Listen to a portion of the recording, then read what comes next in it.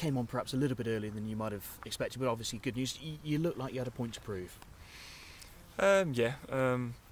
Obviously disappointing being on the bench, but I took it on the chin. Personally, and probably as a team as well, we haven't been performing as we would have liked to the first 5-6 games. So I had no qualms about it. Gaffer's the gaffer, and he's the boss at the end of the day. So I respect his decision. I suppose it's all about the reaction, isn't it? That's how you get back in the team starting the following week. Yeah, I suppose, to play every game as good as what you can do is tough, especially this level. So I think the last 2 or 3 years I've always had a bit on the bench, and it's when I've come back from that I've usually played my best stuff. So hopefully it's a kick up the arse that I needed. Is it easy? Can you put a little bit extra into it, playing for only an hour rather than the 90? Can you go at a bit of a higher pace? I'm not sure really, because I want to start the games like I started the first 5-10 minutes when I come on the other day. But maybe it is something to do, point to prove, and especially when you get the goal after 5 minutes, it's always good as well. So I don't know really, it's a tough one. The way that Cheltenham finished the game against Portsmouth, how much can you take going forwards now from that? We've got to. The main thing we've talked about in the last week is keeping a clean sheet for minimum half an hour first half. Because if we're 0-0 at half time, we fancy ourselves to beat anyone.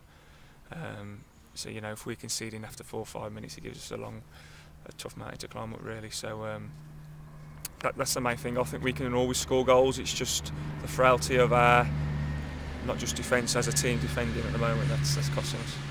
Yeah, I suppose the chances have been created, and the other end of the pitch, things are going fine, aren't they? Yeah, and we could have snatched the 3 points last week, but also they could have grabbed a couple second half. So if we can tighten up, we're always going to create chances. We just need to be a bit more ruthless defending for the first half an hour, 45 of the game. How big a part is going from 4-5-1, 4-3-3, however you saw the formation that was used mostly last season and the year before, to more of a regular 4-4-2 this season? How big a part is that played? I don't know really, because we've played a bit of 4-4-2 in the past. End of the day, it's still personal. You still got to do your own jobs, and you still got to do them well. So that's one thing we haven't been doing. And if we can scrub up on that, we'll be okay. David Noble seems to have the confidence to be able to put his foot on the ball in midfield and get the team passing. Just how vital can that be?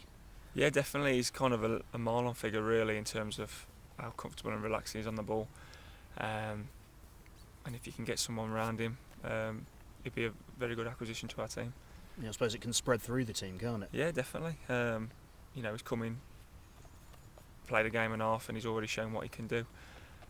So if we can tighten up at the back, I'm sure we'll create a lot of chances and win more games. Oxford, absolutely flying, second in the table, but I suppose there's the challenge, isn't it? Definitely.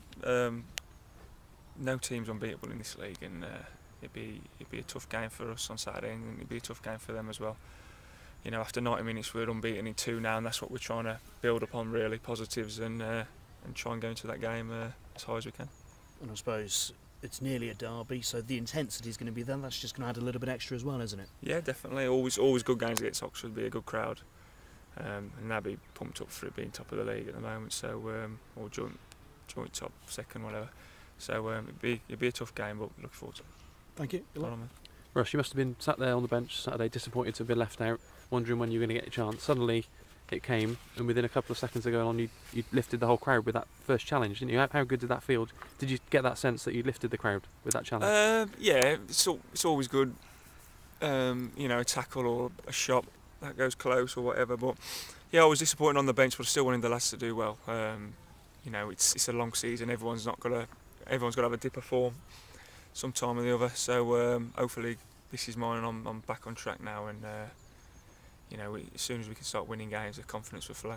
Yeah, I might be wrong, but for the first goal, I think you looked like you might be in trouble, but Terry sort of almost took the ball off you, didn't he, and put that ball through? Yeah, I think the ball played into me, kind of bounced around, Terry got it and slid Jermaine in. So it was a great feeling, but then we let ourselves down by conceding a sloppy goal literally minutes before half time. I think if you went in half time 1-1, crowd was on the up and we were on the up, but like I said, we did well to get back in the game and took a point. Yeah, nothing against Ryan Ennis at all, but it did actually help the team with. It did seem to be better when Matt Richards went to left back, didn't it? Yeah, it did. I don't know why. Probably a more comfortable full back, just who's a ball player, if you know what I mean. But we'll see. I don't know what we're doing on Saturday, what we're going to go in terms of formation-wise. But whatever, it'll be a good game, and we've got to be up for it. Yeah, you've played with quite a few different players there. Marlon, Jason Taylor, earlier this season, Matt Richards. Now, if it is Noble, do you think that could be a decent partnership, you and him in the two? Yeah, but like I say, you've just got to do your own jobs right first, and if you do, the partnership will always blend really. We've been a bit unfortunate with injuries really, so it's made the gaffer rotate things a bit, but we're all professionals at the end of the day, and you've got to be looking at yourself, and possibly maybe I know I haven't been up to what I should be, but it will come. Yeah. Do you think the fact that it's been individual mistakes costing you, even though that's annoying, is it almost, if you can cut them out, the rest of your play isn't actually that bad? Yeah, definitely. That's what we spoke about as well. It's no teams are scoring great goals past us and 1-2s and playing around us. It's causing from our own mistakes really, which is disappointing. And when we concede first, it's always that mountain to climb, and